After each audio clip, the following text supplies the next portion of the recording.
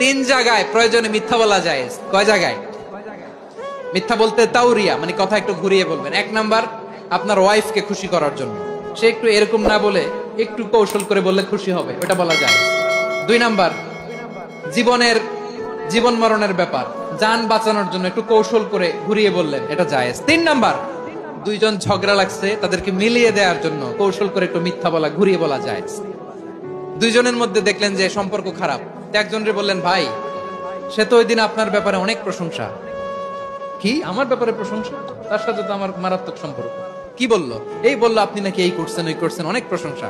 লোকটার মন খুশি হয়ে যাবে তার ব্যাপারে, ঠিক কিনা? আবার তার সাথে যার ঝগড়া, ওরে যে বলবেন, ভাই ওই দিন তো সে আপনার অনেক অ্যাপ্রিসিয়েশন করলো, অনেক।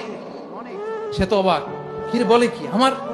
এই যে দুইজনের ব্যাপারে দুইজনের একটু ভালো ভালো কথা বলে দিচ্ছেন, একদিন দেখবেন রাস্তা দিয়ে হাঁটার সময় একে অপরকে সালাম দিয়ে ফেলছে, সালাম দিয়ে বুকে জড়ায় ধরছে, আছে না নাই? আবার মিলমিশ হয়ে গেছে।